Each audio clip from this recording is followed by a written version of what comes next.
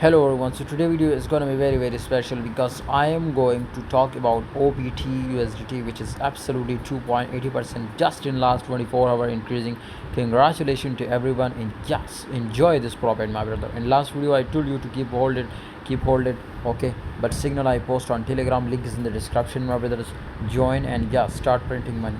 What is next price target for OBT? Absolutely, I am going to tell you in this video. Okay, right now you can see here, guys, the volume is still increasing, market cap is increasing. Last 24 hours, just in only 116% the volume was increasing. That's mean this is a bullish signal, okay, and especially the volume is, or market cap is also increasing.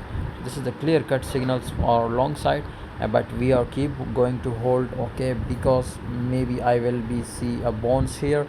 So we will see a small bounce, in definitely I will be give you call to close, okay. So wait for my call on Telegram, and yeah, if you are not in my Telegram group, link is in the description, go and join.